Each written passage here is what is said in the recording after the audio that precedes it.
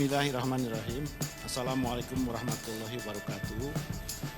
Hari ini tanggal 3 September tahun 2022 pukul 13.30 pemerintah memutuskan untuk menyesuaikan harga BBM subsidi antara lain Pertalite dari Rp7.650 per liter menjadi Rp10.000 per liter.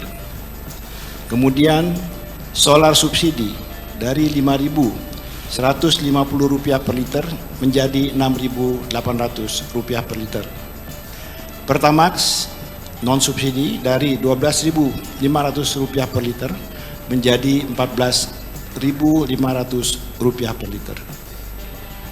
Ini berlaku 1 jam sejak saat diumumkannya penyesuaian harga ini, jadi akan berlaku pada pukul 14.30 waktu Indonesia bagian Barat. Terima kasih.